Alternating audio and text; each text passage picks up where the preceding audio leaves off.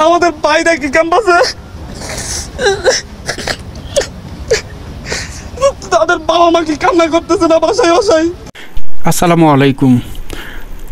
কোটা আন্দোলনের অন্যতম সমন্বয়ক নাহিদ ও আসিফকে তুলে নেওয়ার অভিযোগ পাওয়া গেছে। মানবজমিনের সূত্রে বরাত দিয়ে বলা হয়েছে, বৈষম্য বিরোধী ছাত্র আন্দোলনের সমন্বয়ক নাহিদ ইকবাল ও আসিফ মাহমুদকে তুলে নেওয়ার অভিযোগ পাওয়া গেছে। রাজধানীর গণস্বাস্থ্যনগর হাসপাতাল থেকে শুক্রবার বিকালে সাদা পোশাকের কিছু ব্যক্তি তাদের তুলে নিয়ে যায়। নাহিদ ইসলাম ও আসিফ মাহমুদ এর আগেও তাদের তুলে নিয়ে নির্যাতনের অভিযোগ করেছিলেন।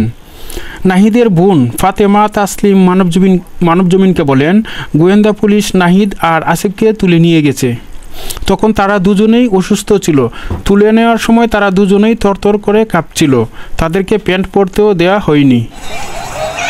এদিকে আন্দোলনে নিহত 21 জনের লাশ বেওয়ারিশ হিসেবে দাফন করা হয়েছে।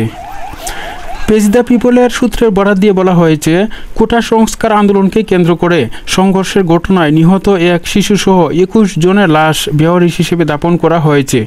গত 3 দিনে ঢাকার 3টি সরকারি হাসপাতালের মর্গ থেকে পুলিশ এই 21 জনের লাশ আঞ্জুমান মফিদুল ইসলামকে দিয়েছে।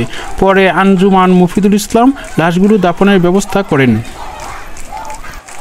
বাংলাদেশের সাধারণ শিক্ষার্থীর ওপর সরকারের নৃশংস হামলার প্রতিবাদে স্বেচ্ছায় চাকরি ছাড়লেন জাহাঙ্গীরনগর বিশ্ববিদ্যালয়ের শিক্ষক জাহিদুল করিম। খোঁজ পাচ্ছি না, তাদের অবিলম্বে সন্ধান দিতে হবে। বৈষম্য বিরোধী ছাত্র আন্দোলনের সমন্বয়কগণ কিছু আহ্বান তুলে ধরেছেন।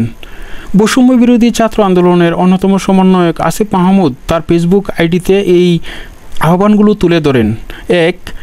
রংপুরের আবু সাঈদ সহ সকল শহীদদের স্মরণ করুন, তাদের রুহের মাগফিরাত কামনা করুন, তাদের প্রতিবাদী স্পিরিটকে ধারণ করুন, শহীদদের কবর জিয়ারত করুন, তাদের পরিবারের প্রতি সমবেদনা জ্ঞাপন করুন। হাসপাতালে প্রচুর মানুষ আহত অবস্থায় কাতরাচ্ছে। হাসপাতালে যান, তাদেরকে যথাসম্ভব সহযোগিতা করার চেষ্টা করুন। আমরা ঢাকা থেকে দ্রুত একটা ইমার্জেন্সি হেলথ ফোর্স গঠনের উদ্যোগ নিব। 3. এখনও অনেক লাশের প্রকৃত পরিচয় পাওয়া যায়নি। সক্ষমতা থাকলে পরিবারের কাছে লাশ হস্তান্তর করতে সহায়তা করুন। মর্যাদার সাথে তাদের দাফন করুন, জানাজায় অংশগ্রহণ করুন। 4. প্রতিটা বিশ্ববিদ্যালয়, কলেজে ও এলাকায় কারা শহীদ হয়েছে ও আহত হয়েছে তাদের তালিকা তৈরি করুন ও পরিবারের সাথে যোগাযোগ করুন। আমরা পরবর্তীতে সমন্বয় করব। যেসব সন্ত্রাসী ও আইনশৃঙ্খলা বাহিনীর সদস্য হত্যা ও হামলায় সরাসরি জড়িত ছিল তাদের চিহ্নিত করে রাখুন। 6.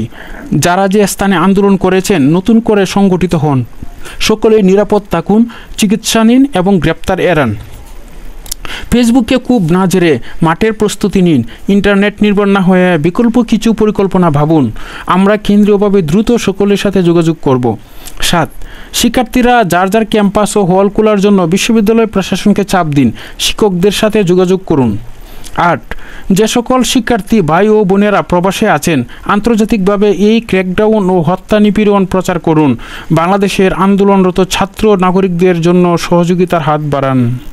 যে সকল শিক্ষার্থী ভাই ও বোনেরা প্রবাসে আছেন, আন্তর্জাতিকভাবে এই ক্র্যাকডাউন ও হত্যা নিপীড়ন প্রচার করুন।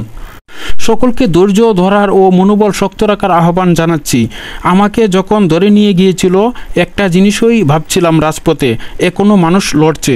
যত নির্যাতনই করুক আমাকে সরকার মেরে ফেলতে পারবে না। দাবি আদায় না হওয়া পর্যন্ত এই আন্দোলন অব্যাহত থাকবে।